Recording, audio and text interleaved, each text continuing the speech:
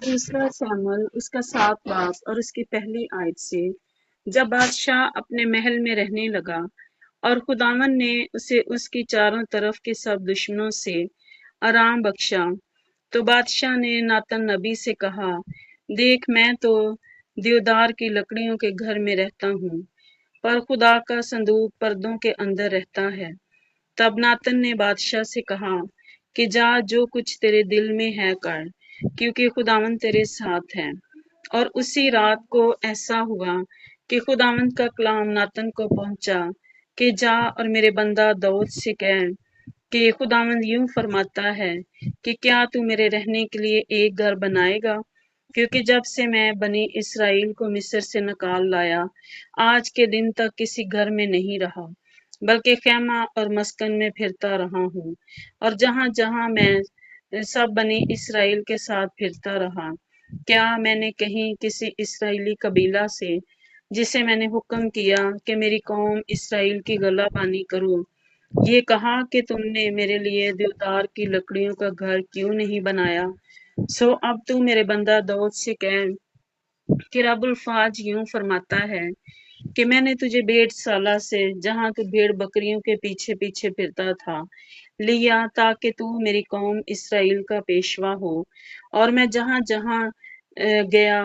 तो तेरे साथ रहा, और तेरे सब दुश्मनों को तेरे सामने से काट डाला है। और मैं दुनिया के बड़े बड़े लोगों के नाम की तरह तेरा नाम बड़ा करूंगा, और वहां उनको बताऊंगा, ताकि वो अपनी ही जगह बसें और फिर हटाए ना जाएं, और शरारत के फर्जंद उनको फिर दुख नहीं देने पाएंगे, जैसा पहले होता था और जैसा उस दिन से होता आया, जब से मैंने हुक्म दिया कि मेरी कौम इसराइल पर काजी हो। और मैं ऐसा करूंगा कि तुझको तेरे सब दुश्मनों से आराम मिले, मासवा इसके कि खुदावन तुझको बताता है कि खुदावन तेरे घर को बनाए रखेगा, और जब तेरे दिन पूरे हो जाएंगे और तू अपने बाप दादा के साथ सो जाएगा, तो मैं तेरे बाद तेरी नस्ल को, जो तेरे सुलभ से होगी, खड़ा करके उसकी सल्तनत को कायम करूंगा। वही मेरे नाम का एक घर बनाएगा, और मैं उसकी सल्तनत का तख्त हमेशा के लिए कायम करूंगा, और मैं उसका बाप हूँगा और वो मेरा बेटा होगा। अगर वो खता करे तो मैं उसे आदमियों की लाठी और बनी आदम के ताजियानों से तंबीह करूंगा, पर मेरी रहमत उससे जुदा ना होगी, जैसे मैंने उसे सऊल से जुदा किया, जैसे मैंने तेरे आगे से दफा किया। और तेरा घर और तेरी सल्तनत सदा बनी रहेगी, तेरा तख्त हमेशा के लिए कायम किया जाएगा। जैसी ये सब बातें और ये सारी रोया थी, वैसा ही नातन ने दाऊद से कहा। तब दाऊद बादशाह अंदर जाकर खुदावंद के आगे बैठा और कहने लगा, आए मालिक खुदावन, मैं कौन हूँ और मेरा घराना क्या है कि तूने मुझे यहाँ तक पहुँचाया? तो भी आए मालिक खुदावन, ये तेरी नजर में छोटी बात थी, क्योंकि तूने अपने बंदा के घराने के हक में बहुत मुद्दत तक का जिक्र किया है, और वो भी आए मालिक खुदावन आदमियों के तरीका पर। और दाऊद तुझसे और क्या कह सकता है, क्योंकि आए मालिक खुदावन तू अपने बंदा को जानता है।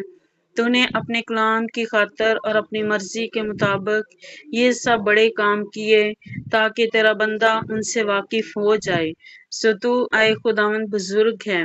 क्योंकि जैसा हमने अपने कानों से सुना है, उसके मुताबिक कोई तेरी मानिद नहीं, और तेरे सिवा कोई खुदा नहीं। और दुनिया में वो कौन सी एक कौम है जो तेरे लोगों यानी इसराइल के मानिद है, जिसे खुदा ने जाकर अपनी कौम बनाने को छुड़ाया, ताकि वो अपना नाम करे और तुम्हारी खातर बड़े बड़े काम, और अपने मुल्क के लिए और अपनी कौम के आगे, जिसे तूने मिस्र की कौमों से और उनके देवताओं से रहाई बख्शी,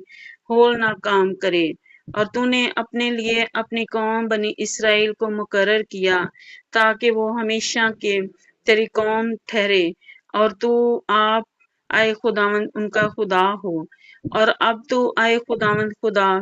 इस बात को जो तूने अपने बंदा और उसके घराने के हक में फरमाई है, सदा के लिए कायम कर दे, اور جیسا تو نے فرمایا ہے ویسا ہی کر، اور سدا یہ کہہ کر تیرے نام کی بڑائی کی جائے گی کہ رب الفاظ اسرائیل کا خدا ہے، اور تیرے بندہ داؤد کا گھرانہ تیرے حضور قائم کیا جائے گا، کیونکہ تو نے اے رب الفاظ اسرائیل کے خدا اپنے بندہ پر ظاہر کیا اور فرمایا کہ میں تیرا گھرانہ بنائے رکھوں گا۔ اس لیے تیرا بندہ کے دل میں یہ آیا کہ تیرے آگے یہ مناجات کرے۔ آئے مالک خداوند، تو خدا ہے اور تیری باتیں سچی ہیں، اور تو نے اپنے بندہ سے اس نیکی کا وعدہ کیا ہے۔ سو اب اپنے بندہ کے گھرانے کو برکت دینا منظور کر، تاکہ وہ سدا تیرے روبرو پائیدار رہے، کہ تو ہی نے اے مالک خداوند یہ کہا ہے، اور تیری ہی برکت سے تیرا بندہ کا گھرانہ سدا مبارک رہے، آمین۔